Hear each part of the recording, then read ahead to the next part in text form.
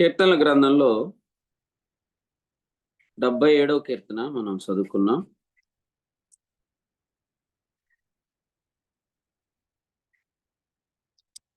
ఈ కీర్తనలో 11వ వచనం చదువు.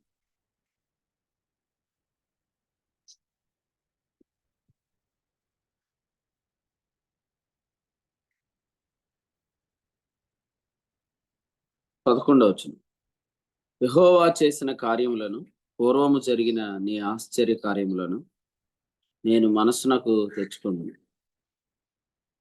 నీ కార్యమంతయు నేను ధ్యానించుకుందును, నీ క్రియలను నేను ధ్యానించుకుందును. దేవా, నీ మార్గము పరిశుద్ధమైనది. దేవుని వంటి మహాదేవుడు ఎక్కడున్నాడు? ఆశ్చర్య క్రియలు జరిగించి దేవుడవు నీవే. జనములలో నీ శక్తి నీవు ప్రత్యక్షపరుచుకొని ఉన్నావు. ప్రభునందు ప్రియులారా, ఈ ఉదయకాలం మనం కీర్తనల గ్రంథంలో చదువుకున్నట్లుగా మరి ఈ కీర్తనాకారుడు మనస్సునకు తెచ్చుకొందును, జ్ఞాపకము చేసుకొనున్నప్పుడు, ధ్యానించినప్పుడు అనే పదాలు మాట్లాడటం మనం చూస్తున్నాం. ఆయన కార్యాలను ధ్యానిస్తాను, ఆయన కార్యాలను జ్ఞాపకం చేసుకుంటూ ఆయన కటాక్షాన్ని వెతుకుతున్నాడు. అదే మనం ఇక్కడ చూస్తున్నాం. వచనం 9లో దేవుని యొక్క కటాక్షాన్ని, ఆయన యొక్క వాత్సల్యాన్ని ఆయన సన్నిధిలో వెతుకుతున్నాడు. ఈ కీర్తనలో ప్రారంభ వచనాల నుండి కూడా మనం చూస్తున్నప్పుడు 2వ వచనంలో నేను ప్రభువుని వెదకితిని అనే మాట మనం చూస్తున్నాం. అలాగూ వచనాలు చదువుతుంటుండగా ఆయన కటాక్షాన్ని, ఆయన కృపను, ఆయన వాత్సల్యాన్ని వెతుకుతున్నట్లుగా మనం చూస్తున్నాం. ప్రభు కృప మనకు కావాలి, ఆయన కటాక్షం మనకు కావాలి, ఆయన మనలను కొనసాగించాలి.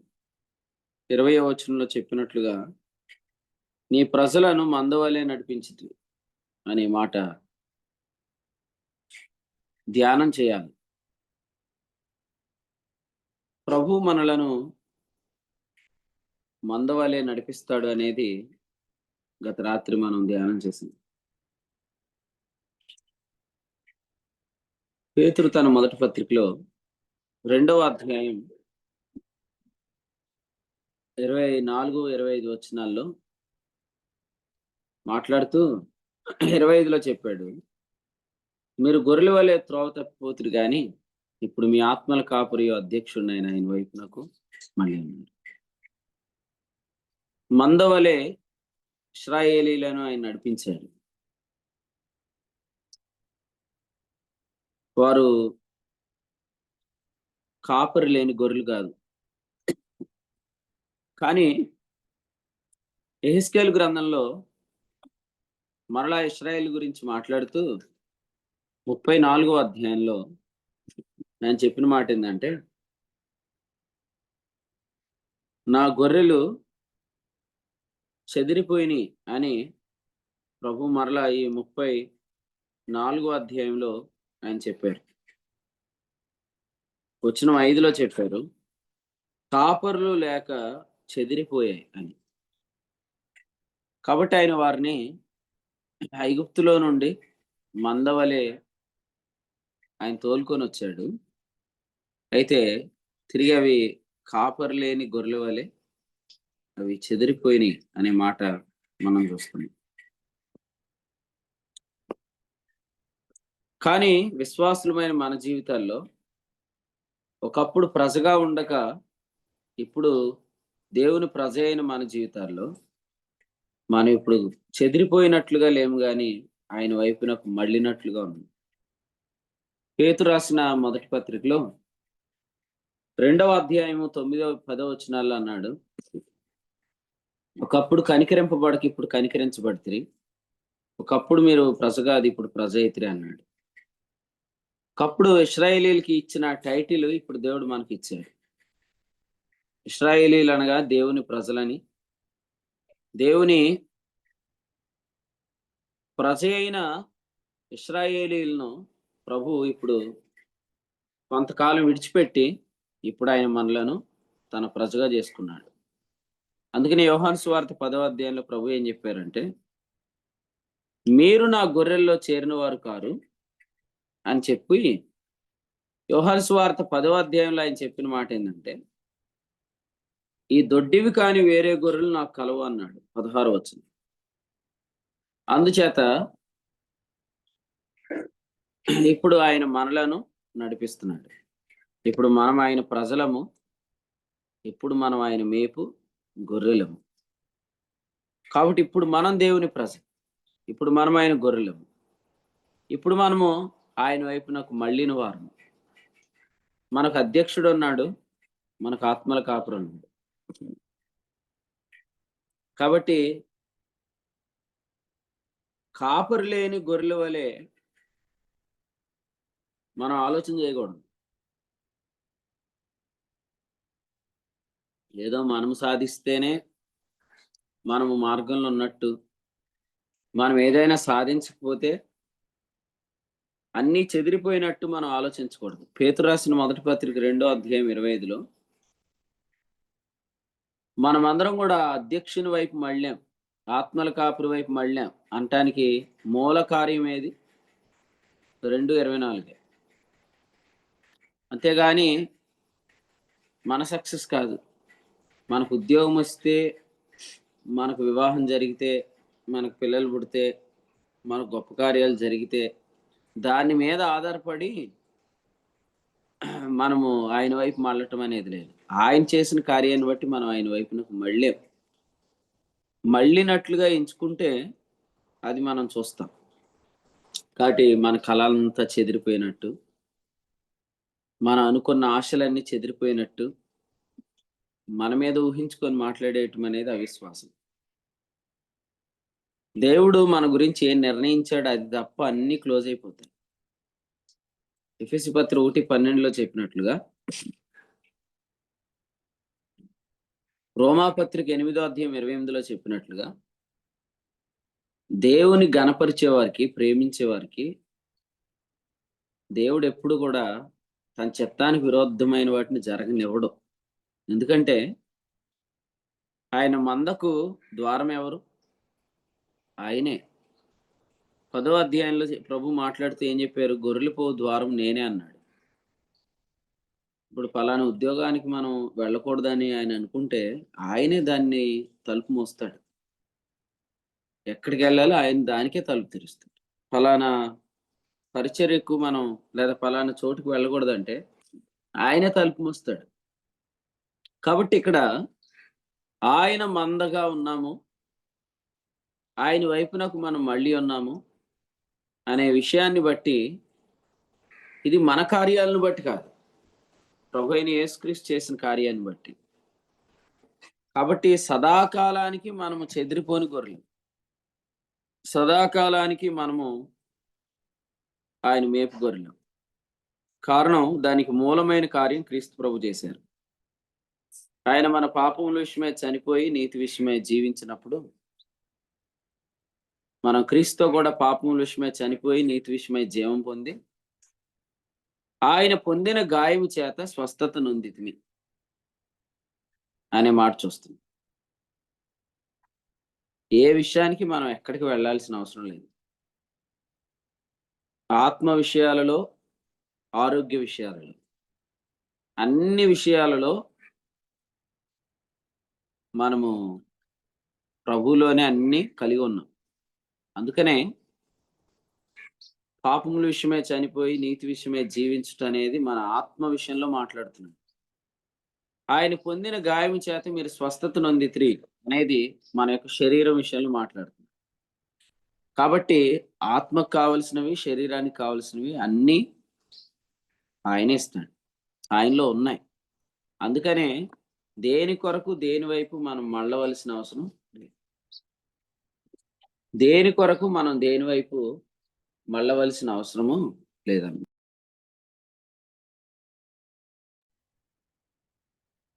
అందుచేత మనం ఆయన వైపునకు మళ్ళీ కొలసి పత్రిక 1వ అధ్యాయంలో రాత్రి మనం ధ్యానించినట్లుగా ఇప్పుడు సమస్తం కూడా ఆయన చుట్టూ తిరుగుతా ఉన్నది.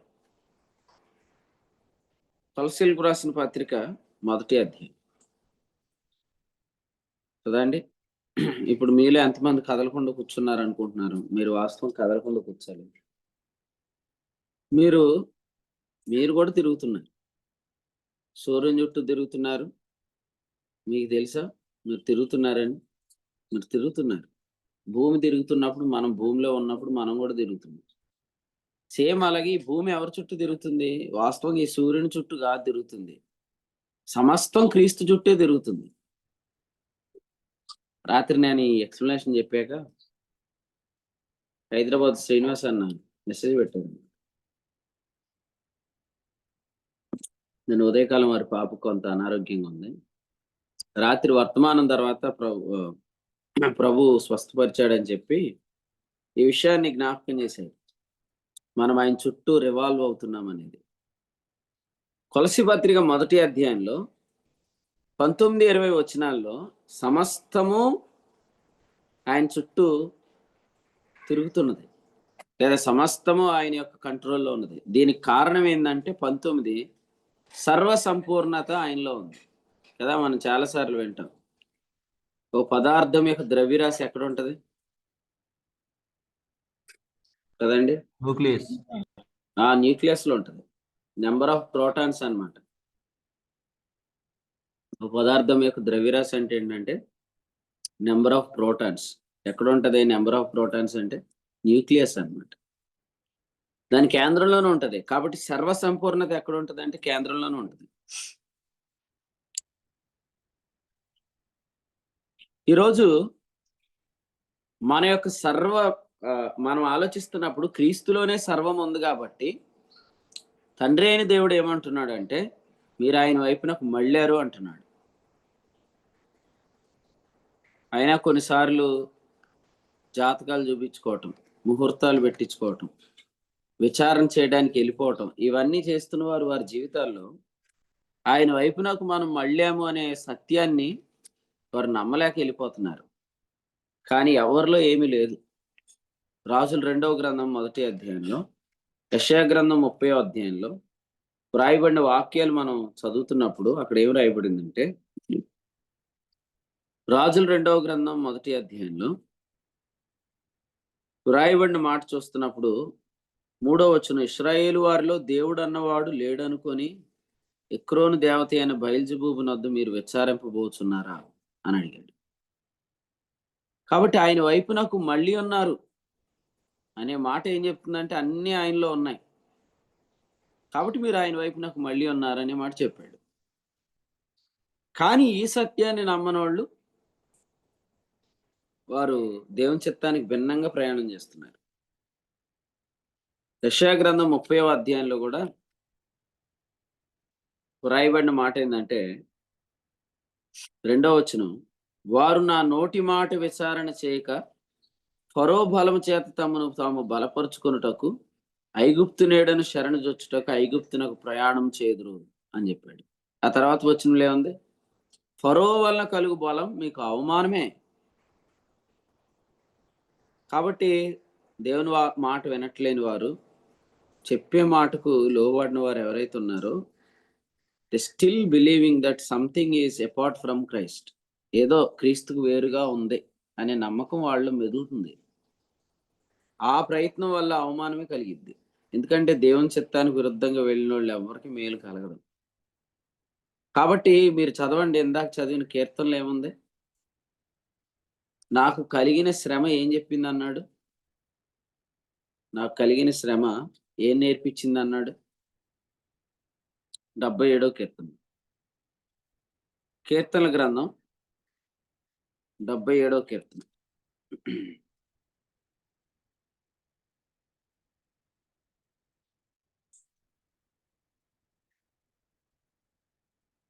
వచనం 10, అందుకు నేను ఎలాగ అనుకొనుచున్నాను, మహోన్నతుని దక్షిణ హస్తం మార్పు నొందిన అనుకొనుటకు నాకు కలిగిన శ్రమయే కారణము అన్నాడు. అంటే కలుగుతున్న శ్రమను బట్టి ఆయన నా పక్షంగా పనిచేయట్లేదు, లేదా నాకు తోడుగా ఆయన రాలేదు, లేదా నా పక్షంగా ఆయన కార్యం జరిగించలేదు. అందుకే అంటున్నాడు ఆయన దక్షిణహస్తం మార్పు నొందింది. ఆయన దక్షిణహస్తం మార్పు నొందిందంటే 20లో ఏం చెప్పాడు? మందవలె ఇశ్రాయేలుని ఆయన నడిపించాడు. ఆయన నడిపించినప్పుడు జరిగిన కార్యాలన్నీ ఇక్కడ రాశాడు 11 నుండి. కానీ అవి తన యొక్క వ్యక్తిగత జీవితంలో జరగట్లే. ఇప్పుడు ఇతను కూడా ఎవరు? ఆసాపు కూడా ఎవరు? ఆసాపు కూడా ఇశ్రాయేలులో ఒకడేగా. కాబట్టి ఇప్పుడు ఇక్కడ చెప్పిన 11 నుండి చెప్పిన వివరాలను బట్టి ఆయన కూడా ఆ బ్లెస్సింగ్‌లో ఉన్నాడు కదా! కానీ తన ప్రాక్టికల్ లైఫ్‌లో అతడు దాన్ని చూడట్లేదు. మనం కూడా సంఘముగా ఆయన వైపునకు మళ్ళీ ఉన్నాం. కానీ వ్యక్తిగతంగా ఆయన హస్తం మార్పు నొందినట్లుగా మనకు పరిస్థితులు ఏర్పడుతున్నాయంటే ఆయన చెప్పాడు, మీరు నా మాట వినకపోతే మీకు శ్రమ అన్నాడు. యెషయా గ్రంథం 30వ అధ్యాయంలో ఆయన ఏం చెప్పాడంటే, ఫరో వలన కలుగు బలం మీకు అవమానం అవుతుందని చెప్పాడు. కాబట్టి మాట వినాలి. ఆయనలో అన్నీ ఉన్నాయి. మీరు ఆయన వైపునకు మళ్ళీ ఉన్నారు అని చెప్పినప్పుడు ఆమేనని చెప్పాలి. ఇంకా ఎక్కడో ఏదో ఉందని బయటికి చూడటం మంచిది కాదు. అలా చూడటం వల్ల మనం చేసే ప్రయాణాలు అన్నీ కూడా ప్రభు తన దాసునికి చెప్తాడు. ఏలియాకి చెప్పేశాడు, నువ్వు వెళ్ళు, ఇశ్రాయేలు రాజు ఎక్కడికో వెళ్ళాడు, ఒకసారి టూరేసి వచ్చాడు, ఒకసారి నువ్వు ఆ టూర్ విషయాలన్నీ కనుక్కొని విషయం చెప్పేసే, నువ్వు ఇంకా మంచం దిగవని చెప్పేమని చెప్పాడు. సో రాజుల 2వ గ్రంథం 1వ అధ్యాయంలో ఇప్పుడు మనం చదివిన వాక్యంలో ఏమన్నాడంటే, అసలు ఇశ్రాయేల్లో దేవుడు అన్నవాడు లేడు అనుకొని నువ్వు విచారానికి వెళ్ళావా, నీ వెక్కిన మంచం మీద నుండి నువ్వు దిగిరావని చెప్పాడు 4వ వచనంలో. సో ఈ సిచ్యువేషన్స్ నేడు విశ్వాసులో జరుగుతున్నాయి. ఆయనలో సర్వసంపూర్ణత ఉన్నది. రాత్రి మనం విన్నట్లుగా మన విశ్వాసం నిరీక్షణ ఎక్కడుంది? దేవుని యందే. ఇంకెక్కడెక్కడికో చూస్తున్నారా? పేతురు రాసిన మొదటి పత్రిక 1:20 కాగా మీ విశ్వాసం నిరీక్షణ దేవుని యందు ఉంచబడి ఉన్నవి. ఎందుకు మన కొనసాగింపు దేవునిలోనే ఉంది? ఎందుకు మన భవిష్యత్తు దేవునిలోనే ఉంది? ఎందుకు ఆయన ఏమంటాడు? నాకు తెలుసు అంటాడు. యాకోబు మనష్షే ఎఫ్రాయిములను దీవించినప్పుడు యోసేపు పిల్లల్ని తన చేతులు పెట్టిన విధానాన్ని మనం చూస్తున్నప్పుడు యోసేపు చెప్తాడు వాళ్ళ నాన్నకి, నాన్న వీడు పెద్దవాడు, వీడు చిన్నవాడు, వీడి మీద నీ కుడి చేయబెట్టు, వీడి మీద ఎడమ చేయబెట్టు, నాకు తెలుసు నా కుమారుడు అంటాడు. రూబేను పాళెన్ని ఎక్కడుంచాడు? దక్షిణ దిక్కునుంచాడు. దాను పాళెమును ఎక్కడుంచాడు? ఉత్తర దిక్కునుంచాడు. యోధా పాళెమును ఎక్కడుంచాడు? తూర్పు దిక్కునుంచాడు. ఎఫ్రాయిం పాళెన్ని పడమర దిక్కునుంచాడు. ఏది ఎక్కడుంచాలో అది అక్కడే ఉంచాడు. ఎందుకు ఉంచాడు అనేది బిలాముకు అర్థమైంది. ఎందుకు ఉంచాడు అనేది శపించడానికి వచ్చినోడికి అర్థమైంది. వారు తమ తమ గోత్రముల చొప్పున దిగిన ఆ దృశ్యాన్ని చూసినప్పుడు it is exactly the cross of Christ. అది క్రీస్తు యొక్క శిలువలాగా వారు అమర్చబడ్డారు. అందుకని అతని మీదకి దేవుని ఆత్మ దిగి వచ్చాను అనే మాట. శక్కునములను చూడలేదు. ఈరోజు పేపర్లో, మొబైల్లో జాతకాలు చూసుకుంటున్నవారు, ఏం జరిగిద్దని శకునాలు చూసుకుంటున్నవారు వాస్తవంగా పరలోకంలో మిమ్మల్ని దేవుడు ఎలా అమర్చాడు మీరు చూసుకోలేకపోవటం వల్లే. ఎవరైనా పిలిచి అక్కడ ఏదో చెప్తున్నారు, ఒకసారి అక్కడికి వెళ్తే బాగుంటదంటే అక్కడికి వెళ్ళిన దారంతా దేవునికి తెలుసు. సౌలు కూడా దిగిపోయాడు. ఎక్కడికి? కర్ణపిశాచం చెప్పే ఆ సోది చెప్పే దగ్గరికి దిగిపోయాడు. బిలామును రప్పించుకున్నాడు బాలాకు. కానీ బిలాము తెలుసుకున్నాడు ఏమనంటే, అసలు వీళ్ళ విషయాలలో మనం ఎవరిని శపించలేము, వీళ్ళు మనం భయపెట్టలేము, వీళ్ళలో మంత్రం లేదు, శకునం లేదని 23 దగ్గర ఆయన ఆగిపోయాడు సంఖ్యాకాండంలో. అందుచేత 24లో అనుకున్నాడు, ఇక నేను శకునం చూడకూడదు అని అనుకున్నాడు అనమాట. 23వ అధ్యాయంలో మనం చూస్తున్నాము, 21లో 20లో ఆయన దీవించమన్నాడు, నేను దీవిస్తాను, దాన్ని నేను మార్చలేను అనుకున్నాడు. కారణం ఏంటంటే ఇశ్రాయేలీలు అమర్చబడిన విధానం. వాళ్ళు ఒక మందగా ఉన్నారు. వారు ఆయన వైపు మళ్ళినట్టున్నారు. ఈరోజు కూడా ఈ ఐడియా మీలో ఉన్నంత సేపు ఎవడు మిమ్మల్ని ఏం చేయలేడు. కానీ ఆయనలో సర్వసంపూర్ణత లేదనుకొని భ్రమ పడ్డారా? మీరు ఆయన వైపు నాకు మళ్ళారు అనే ఆ పిక్చర్ నుండి మీరు బయటికెళ్ళారా? మీరు అటాక్‌లో పడిపోతారు. అదే చేశాడు 25వ అధ్యాయంలో. షిత్తీము లోయలో స్త్రీలను పెట్టి ఇశ్రాయేలీయులను వ్యభిచారం చేయించమని బిలాము బాలాకునకు బోధ నేర్పాడు. అప్పుడు చెదిరిపోయింది ఇశ్రాయేలు మంద. ఎప్పుడైతే వాళ్ళు చెదిరిపోయారో వాస్తవంగా వాళ్ళందరూ కూడా శాపాన్ని పొందారు. కానీ వాస్తవంగా అయితే ఇశ్రాయేలీయులను ఎవడు శపించలేడు. మనల్ని కూడా ఎవరు శపించలేరు. అందుకనే మనం ఆ పిక్చర్ నుంచి బయటికి వెళ్ళకూడదు. వాస్తవంగా ఆ రోజు ఎవరైతే ఆ ఫెయిత్ పిక్చర్‌కి దూరం అయ్యారో వాళ్ళు దెబ్బతిన్నారు గానీ, కంప్లీట్ ఇజ్రాయెల్‌ని చూస్తే మళ్ళీ కంప్లీట్ ఇజ్రాయెల్ దేవుడు కాపాడుకున్నాడు. ఇశ్రాయేలీయులు మళ్ళా సమకూర్చబడుతున్నారు భవిష్యత్తులో. ఇదంతా ఎందుకంటే ఆయన వారిని మందవలే నడిపించాడు.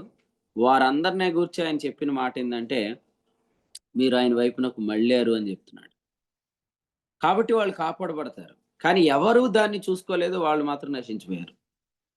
ఈరోజు కూడా సంఘముగా పరలోకంలో మనం ఎలా ఉన్నామంటే ఆయన వైపునకు మళ్ళీ ఉన్నాం. కానీ వ్యక్తిగతంగా మనము చెదిరిపోయినట్లు అనుభవాల్లోనికి వెళ్తున్నాము. ఆయన శ్రమలు పొందుతున్నాము. ఆయన దక్షిణ హస్తాన్ని, ఆయన సహాయాన్ని మనం ఎక్స్‌పీరియన్స్ చేయట్లేదంటే మనము భ్రమపరచబడుతున్నాం. ఎవరు మనతో అస్తమాట కూర్చొని ఎవరు చెప్పరు. నువ్వు మళ్ళీ ఎందుకు త్రోవ తప్పుతున్నావు? మళ్ళీ ఎందుకు నువ్వు దారి తప్పుతున్నావు? ఎందుకు నువ్వు బలహీనంగా ఆలోచిస్తున్నావు? నువ్వు బలహీనమైన దారిలోకి ఎందుకెళ్తున్నావు అని ఎవరు చెప్పరు. మనకి పరలోకం నుండే బుద్ధొచ్చిద్దనమాట. హెబ్రీ పత్రిక 12లో చెప్పాడు గదా! 25వ వచనంలో పరలోకము నుండి బుద్ధి చెప్పేవాడు మనకున్నాడు. బుద్ధి ఎలా చెప్పాలో ఆయనకు తెలుసు. యాకోబుని ఎక్కడ కొట్టాడు? ఆయన అలా కొడతాడనమాట. ఆదికాండంలో వాక్యంలో ఏం రాయబడిందంటే ఆయన కొడతాడు. అందుకనే హెబ్రీ పత్రిక 12లో అన్నాడు, కుంటికాలు బెణకక బాగుపడు నిమిత్తం. చూడండి యాకోబు ఎలా నడుస్తున్నాడు. ఆ రాత్రి దర్శనం అయిపోయింది. పెనూయేలు దర్శనం తర్వాత యాకోబు యొక్క నడక ఎలా మారిపోయిందంటే కుంటుచూ నడిచాను. 31వ వచనం. 32, 31. ఇటీవల జాషువా గారు వాళ్ళ అబ్బాయికి తొడ మీద వ్యాక్సిన్ వేశారనమాట. వాడు చాలా పెద్దోళ్ళు చెప్పినట్టు వాడు భలే కుంటుతా నడుస్తున్నాడు. వాడు అలా నడుస్తున్నా కూడా యాకోబే గుర్తొస్తున్నాడు. నిజంగా కొందరు మన నడకను గమనించినప్పుడు అడగాలనే దేవుడు ఆ కుంటిగా నడవటాన్ని అనుమతిస్తాడు. ఏమైంది అంటే కొట్టాడయ్యా దేవుడు. ఇక్కడ చెప్పాడు గూడు వసిలింది. 25లో చెప్పాడు. యాకోబు తొడ గూడు వసిలింది. కొంతమంది అంటారు అది పాత నిబంధన అన్నా అంటారు. అంటే యాకోబు పాత నిబంధనలో ఉన్నాడేంటి? పాత నిబంధన నిర్గమకాండంలో స్టార్ట్ అయింది. ఏ అధ్యాయంలో? 32లో. ఇది ఆదికాండం 32. ఆదికాండం 32 అనేది గ్రేసే. అసలు ఇంకో విషయం ఏందంటే ధర్మశాస్త్రం కింద దేవుడు ఎవరిని కొట్టడు, చంపేస్తాడు. కొట్టేది పిల్లల్ని. ధర్మశాస్త్రం కింద ఉన్న వాళ్ళు పిల్లలు కాదుగా. వాళ్ళని ఎందుకు శిక్షణ చేస్తాడు? దేవుడు నిన్నే శిక్షణ చేస్తాడు. ఏది నువ్వు బలమని నమ్మావో దాని మీద ఒక షాట్ పీకుతాడు అంతే. ఎందుకంటే అవయవాలలో బలమైన అవయవం తొడే. అవయవాలలో బలమైన ఎముకేది? తొడెముకే. చిన్న ఎముక ఎక్కడ ఉంటది? చెవిలో ఉంటది. చిన్న ఎముక చెవిలో, పెద్ద ఎముక తొడలో ఉంటది. చిన్న ఎముక మాట వినకపోతే పెద్ద ఎముక మీద ఎత్తాడు ఒక షాట్. ఇచ్చినప్పుడు కుంటటమే ఇక. కుంటుతా నడుస్తున్నామంటే అర్థం ఏందంటే స్టైలు మారింది, నీ నడక మారింది అని అర్థం. ప్రభు మారుస్తాడు. ఎందుకు మారుస్తాడంటే ప్రభు నిన్ను దీవించాలనుకున్నాడు కాబట్టి. కొట్టకపోతే అందుకనే అన్నాడు కుంటికాలు బెనకకు బాగుపడి నిమిత్తం. ఇప్పుడు చాలా మంది చాలా ఒబ్బుడుగా కూర్చొని వాక్యం వింటున్నారంటే 4, 5 తన్నులు తినేసి వచ్చి కూర్చొని వాక్యం వింటున్న వాళ్ళే ఉన్నారు ఎక్కువ మంది. కొంతమంది ఇప్పుడు వెళ్తాకి రెడీగా ఉన్నారు అట్లకి. చెప్పిన మాట వినకపోతే ప్రభు ఏం చేస్తాడు? వదిలేస్తాడా? యెషయా గ్రంథం 1:9 వదిలేస్తే వాటి పేరు సొదొమ గొమొర్రా పట్టణాలు. వదలను అని చెప్తున్నాడు. ఎందుకంటే మీరు నా ప్రజలు అంటున్నాడు. కాబట్టి లోబడని పిల్లలకు శ్రమ. ఆయన మాట వినండి. ఆయనకు విరుద్ధంగా ఏది చేయకండి. నువ్వు వెళ్ళే సంగతి ఆయనకు విరుద్ధంగా ఆయనకి తెలుసు. మీరు చదవండి. నరపుత్రుడా, ఈ జూమ్ మీటింగ్ లో నీ వైపు కూర్చొని చాలా మంది చాలా శ్రద్ధగా వాక్యం వింటున్నారు కదా. కానీ నీకు మాట చెప్తాను, వాళ్ళ హృదయాలలో వేరే భావం ఉంది అని చెప్పాడు దేవుడు నాకు. చదవండి యెహెజ్కేలు గ్రంథం 14వ అధ్యాయంలో 3వ వచనంలో ఏముంది? నరపుత్రుడా, ఏ మనుషులు తమ హృదయాలలో విగ్రహములనే నిలుపుకొని దోషం పుట్టించి అభ్యంతరం తమ ఎదుటనే పెట్టుకొని ఉన్నారు, వీరు నా యొద్ద ఏమైనా విచారణ చేయదగునా? పెద్దలందరూ వచ్చి యెహెజ్కేలు చుట్టూ కూర్చొని ఇప్పుడు భాషలో చెప్పాలంటే, పాస్టర్ గారు మీరు ఈ ఉదయం ఏం వాక్యం చెప్తారో మేము వినాలనుకుంటున్నాం, వచ్చి కూర్చున్నాం అన్నారంట. ప్రభు అన్నాడు, వాళ్ళు ఆల్రెడీ హృదయాలలో విగ్రహం పెట్టుకొని వచ్చి కూర్చున్నారని చెప్పిండు. వాళ్ళు నా దగ్గర విచారణ చేయొచ్చా అని ప్రభు అంటున్నాడు అన్నమాట. కాబట్టి ఏలియాకైనా, యెహెజ్కేలుకైనా, యెషయాకైనా, మోషేకైనా, అహరోన్కైనా దేవుని ప్రజలు ఎటువైపు తిరుగుతున్నారో, ఎక్కడికి వెళ్తున్నారో ప్రభు చెప్తున్నాడు. కానీ దానివల్ల మనకు ఏమీ మేలు కలగదు, నష్టపోతాం. యాకోబు తొడగూడు వసిలేను అనే మాట, అతడు కుంటుచూ నడుస్తూ వెళ్ళాడు అనే మాట మనం చూస్తున్నాం. అయితే దేవుని స్తోత్రం, యాకోబు శిక్షణను కోరుకున్నాడు. కానీ కొంతమంది శిక్షణకు లోబడరు, వాళ్ళు యాషవ్ వంటి భ్రష్టులు అవుతారు. యాకోబు ఆ రాత్రి నీవు నన్ను ఆశీర్వదించితేనే గాని అన్నాడు. మీరు చెప్పండి, యాకోబుని చూస్తే అన్ని కలిగిన వాడిలో ఉన్నాడు, ఏమి లేనివాడుగా ఉన్నాడు ఆ అధ్యాయంలో. కాబట్టి మనల్ని చూస్తున్న వాళ్ళందరూ నీకేం ప్రాబ్లం ఉంది బ్రదర్, ఎందుకు నువ్వు కూడా ప్రభువా నువ్వు నన్ను దీవిస్తే గాని అంటున్నావు అంటే, లేదులే అన్న పైకి అలా పాట పాడుతున్నాను గాని కొంచెం బాలేదు లోపలని చెప్తాను. మాట వినకపోయిన వాళ్ళకి కలుగుతున్న అనుభవాలు బయటికి తెలియదు, కానీ వాళ్ళకి లోపల తెలిసిపోతాయి. 32వ అధ్యాయంలో యాకోబు ఎలా ఉన్నాడంటే 13వ వచనం నుండి మనం చూస్తున్నాము. యాషావు కొరకు అతడు తీసిన కానుకలోనే మనకు తెలుస్తుంది అతడు చాలా కలిగి ఉన్నాడు. అతనికి దగ్గర చాలా ఆస్తుంది, చాలా కనబడుతున్నాయి. కానీ ఒరిజినల్ పిక్చర్ ఏంటి తెలుసా? 21వ వచనంలో మనం చూస్తున్నాము, యాకోబు ఆ రాత్రి నిలిచినప్పుడు 24లో చెప్పాడు, ఒక్కడు మిగిలిపోయింది కదా.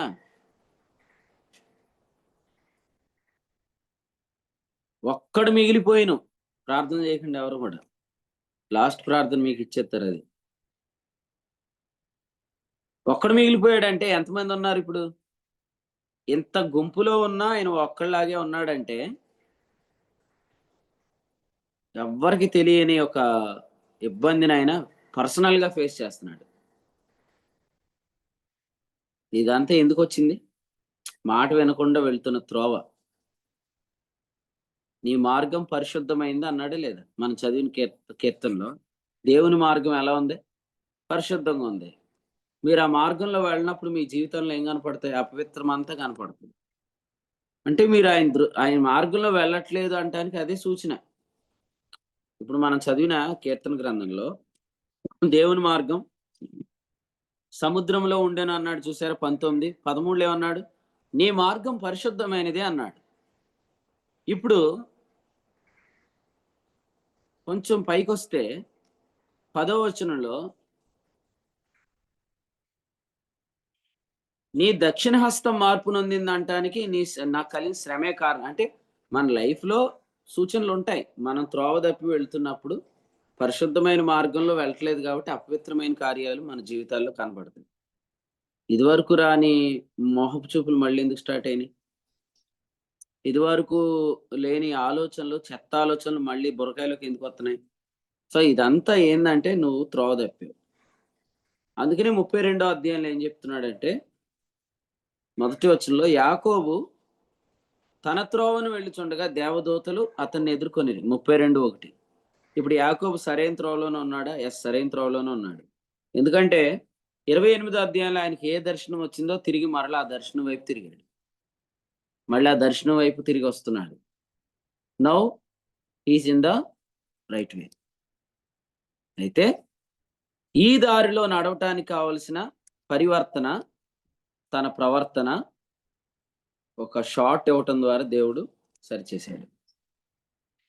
కాబట్టి 32వ అధ్యాయం మీరు చదివితే గుంపుగా కనబడుతూ కవరింగ్ చేయొద్దు, నువ్వు ఒంటరిగా ఉన్నావన్న సంగతి నీకు తెలుసు అని యాకోబు విషయంలో ప్రభు ఆ రాత్రి యాకోబును ఎందుకు వెళ్ళిపోతున్నావు, ఆగు. ఒకసారి చూడండి, మీటింగ్ లో నుంచి ఎవరైనా ప్రార్థన చేయించుకుంటారా అని అంటే మనసు ఏమనిపించిద్ది? ఇంక వెళ్ళి ఏదైతే అయింది అన్నా, నువ్వు నా తల మీద చేయి పెట్టు, నేను తేడాగా ఉన్నాను, నన్ను క్షమించు, ఒప్పుకుంటున్నాను, పొరపాటు చేశాను అని క్షమించమని అడుగుదాం అనుకునే లోపు మనస్సులో ఏమనిపిస్తుందంటే ఈ గుంపులో జాగ్రత్తగా జారిపోదామని వెళ్ళిపోతారు, ఆ గుంపులో వెళ్ళిపోతారు. కానీ ఆ రాత్రి ఆ గుంపులో వెళ్ళిపోకుండా యాకోబు నిలిచిపోయాడు. నిజంగా ఆ గుంపు ఎలా ఉంది? ఆ గుంపు ఎలా ఉందంటే, దేవుడు నన్ను ఏమి చేయకుండా మీరు నన్ను కాపాడండి అని యాకోబు తన చుట్టూ పెట్టుకున్నట్టు ఆ గుంపు ఉంది. ప్రభు ఆ గుంపును పంపి యాకోబుని ఆపాడు. ఆ రాత్రి యాకోబుతో మాట్లాడాడు. యాకోబు తొడ మీద కొట్టాడు. ఇంకా చెప్పాలంటే ఆదికాండం 32లో యాకోబు ఏమని ఉంటాడు? నీవు నన్ను కొడితే నేను బాగుపడతానన్నాడు. దేవుడు కొట్టాడు, యాకోబు ఇశ్రాయేలు అనే అనుభవంలోకి వచ్చాడు. కాబట్టి మోసగాడు ఇశ్రాయేల్‌గా మార్చబడ్డాడంటే, అది ఆశీర్వాదంగా ప్రభు తన జీవితంలో అనుమతించాడంటే, కారణం ఆ రాత్రి ఆయన వెళ్ళిన దారిలో ఆయన దెబ్బలు తిన్నాడు. మీరు గూడా ఈ వాక్యం వింటున్నప్పుడు అంతా క్రీస్తులో ఉందని చెప్పినా కూడా ఇంకా ఎక్కడెక్కడికో చూస్తున్నారా? నేను మొన్న కూడా చెప్పాను, వాక్యం చెప్తున్నప్పుడు ఈ వాక్యం హెచ్చరిస్తుంది అనుకోండి, ఎక్కడో ఒక ఆదరణకరమైన వచనం చూసుకొని అదే నా వాక్యం అని అనుకుంటే దాన్ని దోషం అన్నాడు. యెషయా గ్రంథం 30లో దాన్ని ఏమన్నాడు? కృత్రిమమును బలత్కారమును నమ్ముకొని దేవుని వాక్యాన్ని త్రోసివేస్తున్నారా అని చెప్తూ అన్నాడు, ఈ దోషం అన్నాడు 13. అంటే ప్రభు చెప్తున్న వాక్యానికి విరుద్ధంగా వచనాలు ఏరుకోవటం, విరుద్ధంగా ఎవరైనా చెప్తే దాన్ని హత్తుకోవటం లాంటిది చేస్తే దాన్ని ఏమన్నాడంటే 12వ వచనంలో ఐగుప్తుకు తిరుగుతా అన్నాడు. ఐగుప్తులోంచి అబ్రహాం ఏం తెచ్చుకున్నాడు? ఇస్సాకును ఐగుప్తుకు వెళ్ళొద్దన్న ఇస్సాకు జీవితం 100 ఫలం ఉంది. కాబట్టి అబ్రహాము ఐగుప్తుకు వెళ్ళాడు, ఇశ్రాయేలీలు కూడా ఐగుప్తుకు తిరిగారు, మనం కూడా ఐగుప్తుకు తిరుగుతున్నాం. కాబట్టి 10వ వచనంలో మనం చూస్తున్నాము, యెహోవా ధర్మశాస్త్రం విననోళ్ళని పిల్లలు దర్శనం చూడవద్దని దర్శనం చూచి వారితో చెప్పువారు యుక్తవాక్యాలు మాతో ప్రవచించొద్దని కోరుకుంటున్నారంట. వద్దయా, వద్దు, ఆ వాక్యం వద్దయా. మాకు ఎలాంటి వాక్యం నువ్వు చెప్పాలంటే మాయా దర్శనాలు కావాలి మాకు. మాయా దర్శనాలు మీరు కనకండే. కారణం ఏంటంటే అది దోషము అని చెప్పాడు. దేవుని వాక్యం ఏదొస్తే అది వర్తమాన వాక్యం అంతే. పౌలు గారిని కూడా ఏమన్నారంట జారత్వం చేయొద్దు అంటే? ఈయన గాస్పెల్ ఆఫ్ గ్రేస్ ప్రీచర్ కాదు కదండి. 10 ఆజ్ఞల బోధ ఏదో కలుపుతున్నట్టున్నాడే, మళ్ళీ ప్రతిదండన అంటున్నాడేంటి అన్నారంట. తెస్సలోనికీయులకు రాసిన మొదటి పత్రిక 4వ అధ్యాయం 8లో ఆయన చెప్తున్నాడు, ఉపేక్షించువాడు పౌలును కాదు ఉపేక్షిస్తుంది, పరిశుద్ధాత్మనిచ్చిన దేవుణ్ణి ఉపేక్షిస్తున్నాడు అని రాజు. అంటే వాక్యం చెప్తున్నప్పుడు ఆదరణ వాక్యమేమో దేవుని వాక్యం అన్నారంట 2:13. ఇది నిజంగా దేవుని వాక్యమే, మనుషుల వాక్యం కాదన్నారంట. మీరు జారత్వానికి దూరంగా పోండి, ప్రభు మనల్ని అప్పెత్తులు కొంటానికి పిలవలేదని చెప్పగానే మనుషుడు వాక్యం అన్నారంట. అప్పుడు పౌలు చెప్పాడు ఏమనంటే 4:8లో, ఉపేక్షిస్తున్నవాడు మనుషుని కాదు ఆత్మనే ఉపేక్షిస్తున్నాడు, ఆత్మనిచ్చిన దేవుణ్ణే ఉపేక్షిస్తున్నాడు. ఒక మాట పౌలు గారు ఏమన్నారు? క్రీస్తు నా యందు పలుకుతున్నాడని రుజువు కోరుతున్నారా? కొరింథీయులకు రాసిన 2వ పత్రిక 13వ అధ్యాయంలో 3వ వచనం. కొరింథీ 2వ పత్రిక 13:3. క్రీస్తు నా యందు పలుకుచున్నాడని రుజువు కోరుతున్నారా? కదా, ప్రతిదండన అనే పదం వాడితే ఇక ధర్మశాస్త్రమేనా? 4 అధ్యాయంలో చెప్పాడు, తెస్సలోనికే పత్రికలో ఏమని చెప్పాడంటే 6వ వచనంలో ప్రభు వీటన్నిటి విషయమే ప్రతిదండన చేస్తాడు. కాబట్టి ప్రతిదండన అనేది ఉంది. యాకోబుకు జరిగిన ఆ శిక్షణ ఏదైతే ఉందో అది మన జీవితాల్లో ఎప్పటికీ ఉంటది. ఇంకోటి చెప్పమంటారా? ప్రభువుని ఎవరైతే ఎక్కువ ప్రేమిస్తున్నారో వాళ్ళకి ఇంకెక్కువే ఉంటది. లేదా తొందరగా ఉంటది. చాలా స్పష్టంగా ఉంటది. మేలును ఎవరైతే కోరుతున్నారో వారి జీవితాల్లో, నాకు మేలు కావాలని ప్రార్థన చేయండి. దేవుడు మిమ్మల్ని శిక్షణ చేయడం స్టార్ట్ చేస్తాడు. రోమాపత్రిక 8వ అధ్యాయం 28లో ఏముంది? దేవుని ప్రేమించు వారికి మేలు కలుగుటకై ఆయన సమస్తమును సమకూర్చి జరిగిస్తున్నాడు. మేలు మేలు జరగాలంటే ఏం చేయాలా? ఇర్మియా గ్రంథం 6:16 ఆయన అనుకున్న మార్గంలో నడిపించాలి. ఆ మార్గంలో నడిపించడానికి మిగిలిన డోర్స్ అన్ని క్లోజ్ చేస్తాడు.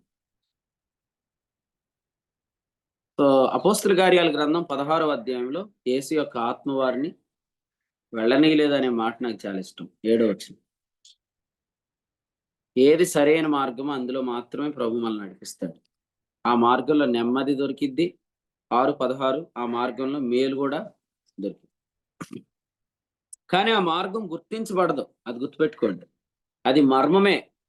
77:19లో చెప్పాడు, నీ మార్గం సముద్రంలో ఉండెను, నీ త్రోవలు మహా జలముల్లో ఉండెను, నీ అడుగుజాడలు గుర్తించబడలేదు. వాస్తవం చెప్పాలంటే 6 లక్షల మంది దాటారు. తర్వాత రథాలు కూడా అందులో తోలొచ్చు అనుకున్నారంటే అది ఎలా కనపడి ఉంటది? అది ఖచ్చితంగా నేషనల్ హైవే లాగా ఏర్పడింది. నేషనల్ హైవే లాంటి వే ఎక్కడ దాచాడు దేవుడు? ఆ సముద్రం లోపల దాచాడు. మన యొక్క జీవితంలో ఆయన మార్గం దాచబడి ఉంటుంది. మర్మముగానే దేవుని జ్ఞానం బోధించబడతది తప్ప మీకంతా తెలిసిపోయింది అనుకోవద్దు. నాకు తెలుసు ఈ దారి అని నువ్వు వెళ్ళే ప్రతి దారిలో ప్రభు అక్కడ బెత్తం పట్టుకొని నిలబడి వెనక్కి పద అని చెప్తాడు. ఇటెందుకు వచ్చావు నువ్వని. సో అట్లాగా ప్రభు చేశాడు చూడండి. మీరు దైవ గ్రంథాన్ని మీరు పరిశీలన చేస్తే ఇశ్రాయేలుని ఎలా నడిపించాడంట?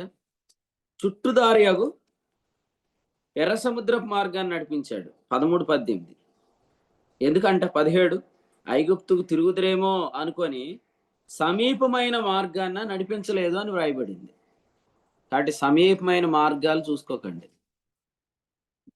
ఆయన ఎటేస్తే త్రోవ అటే పోండి. మీరు పోకపోయినా ఆయన వెళ్ళనీయడు. యేసు యొక్క ఆత్మ వారిని వెళ్ళనీయలేదు అనే మాట మనం చూస్తున్నాం. కాబట్టి నిర్గమాకాండంలో దేవుని వాక్యాన్ని మనం 4వ అధ్యాయంలో చూస్తున్నప్పుడు ప్రభు చెప్పాడు ఏమనంటే, ఇశ్రాయేలు నా జ్యేష్ఠపుత్రుడు, నన్ను సేవించినట్లు నా కుమారుని పంపకపోతే నీ జ్యేష్ఠపుత్రుని చంపుతానని చెప్పాడు ఫరోకి. కాబట్టి మనం ఆయన కుమారులం. ఆయన జ్యేష్ఠపుత్రుడు క్రీస్తులో మనం భద్రం చేయబడి ఉన్నాం.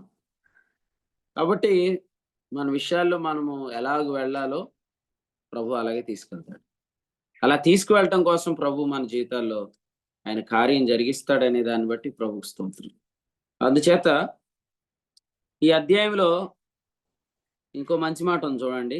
24 వచనం. అతడు పోవు మార్గమున శత్రములో యెహోవా అతనిని ఎదుర్కొని చంపచూడగా. పైన చంపుతానన్నది ఎవరిని? ఫరో కుమారుణ్ణి. ఇక్కడ చంపుతుంది ప్రభువుని ఎవరిని? మోషేని. ఈ రెండు ఒకటి కాదు. ఫరో కుమారుణ్ణి చంపటం కండెమ్నేషన్, మోషేను చంపచూడటం అనేది చాస్టనింగ్. ఒకటి శిక్షా విధి, 2 శిక్షణ. మనకు శిక్షా విధి లేదంటే ఖచ్చితంగా ఏముంటది? శిక్షణ ఉంటది. శిక్షణ లేదంటే ఖచ్చితంగా మనం ఎక్కడున్నామని? శిక్షా విధిలో ఉన్నామని. కాబట్టి లోకానికి ఏముంది? శిక్షా విధి. కాబట్టి మనకేం లేదు? శిక్షా విధి లేదు. సో మనకు ఖచ్చితంగా శిక్షణ ఉంటుంది. నరకానికి వెళ్ళని వారు ఆయన కుమారులు. ఆయన కుమారులైన వాళ్ళందరికీ దేవుడు శిక్షణ చేస్తాడు. మంచి ఫాదర్ ఎవరు చెప్పండి? బెత్తం వాడే తండ్రే కదా. బెత్తం వాడిన వాడు తన కుమారునికి విరోధి, అవునా కదా? ఇప్పుడు మీ జీవితాల్లో డాడీ ఉన్నాడా లేడా? మీరే గదండీ యేసు ప్రభునామమున అడుగుతున్నాం తండ్రి అన్నప్పుడల్లా, నువ్వు నా డాడీవి, నువ్వు నా డాడీవి అంటున్నాడు. నువ్వు డాడీ అన్నప్పుడల్లా ఆయన కర్ర తీసి కొడతా ఉంటున్నాడు. ఎందుకంటే మరి నువ్వు డాడీ అన్నావుగా, డాడీ ఉంటే మరి క్రమశిక్షణ ఉంటది. తండ్రులు లేని పిల్లలు చాలా మందున్నారు. కాపరి లేని గొర్రెలు చాలా మందున్నారు. మనం కాపరి గల గొర్రెలు. మన డాడీ ఎంత డిసిప్లైనో ఆయనే చెప్పుకున్నాడు చూడండి. హెబ్రీ పత్రిక 12లో మన ఫాదర్ ఎంత డిసిప్లైన్‌లో మనల్ని పెంచుతాడంటే, 12వ అధ్యాయంలో చెప్పాడు. భూమి మీదున్న తండ్రులు మనకు శిక్షకులు 9 వారి యందు భయభక్తులు కలిగి ఉంటిమి. అట్లయితే ఆత్మలకు తండ్రి అయిన వారికి మరి ఎక్కువగా లోబడి బ్రతకవలెను గదా! ఈ మధ్య జూమ్‌కి రావట్లేదన్నా. జాగ్రత్తగా వినేవాడు.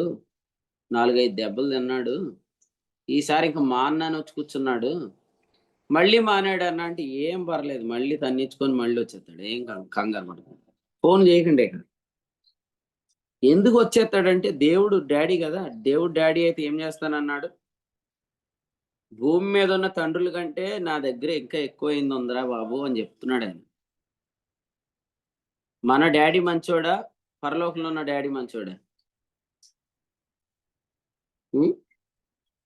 మీరు చెడ్డవారై ఉండి మీ పిల్లలకు మంచి ఈవులని నెరిగి ఉండగా అని లూకాసు వార్త 11 అధ్యాయంలో చెప్పింది ఆయనేగా. మరి చెడ్డ తల్లిదండ్రులు చేసే శిక్షణ ఎక్కువుంటదా? మంచి తండ్రి చేసే శిక్షణ ఎక్కువుంటదా? కాబట్టి లూకాసు వార్త 11 అధ్యాయము 12లో చెప్పినట్లుగా చెడ్డ తల్లిదండ్రులే శిక్షణ చేస్తే మంచి తండ్రి ఎంత చేస్తాడండి. కదా! గుంపులో సాగిపోదాం అనుకుంటున్నామేమో. గుంపులో ఇంక కలవక ఆగమని చెప్తాడు ప్రభు. కాబట్టి ఇంకెంతో కాలం దాగి ఉండలేం. కదా! కొంతమందికి బిగ్గరగా మైక్ ఆన్ చేసుకొని ఏడ్చేయాలనిపిత్తది. ఎందుకనిపిస్తది అలాగా? ఎందుకంటే ఈ వాక్యం కరెక్ట్‌గా నా గురించే వచ్చిందన్నా అంటారు. యెస్. వాక్యం కరెక్ట్‌గా మన గురించే వచ్చిద్ది. ఎందుకొచ్చిద్దంటే ఆయన మన హృదయాంతర్యములను ఎరిగినవాడు. ఇప్పుడు మనం చదువుకున్న వర్తమానంలో సముద్రము క్రింద ఆయన మార్గం ఎలా ఉందో మన హృదయాల్లో కూడా చాలా గూఢాలుంటాయి. గూఢమైన విషయాలుంటాయి.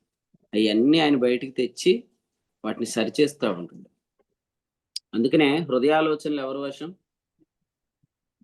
మనుషుని వశమే. కానీ చక్కని ప్రత్యుత్తరం ఇచ్చుట అది ప్రభువు వశమే. అందుచేత 16వ అధ్యాయము సామెతల గ్రంథం మొదటి వచనంలో చక్కని ప్రత్యుత్తరం ప్రభు ఇస్తాడు. ఒకని నడతలన్నీ వాని దృష్టికి నిర్దోషంగానే ఉంటాయి. కానీ ఆయన ఆత్మలను పరిశోధిస్తాడు. నేను బానే ఎళ్తున్నాను. నేను కరెక్ట్‌గానే ఎళ్తున్నాను అని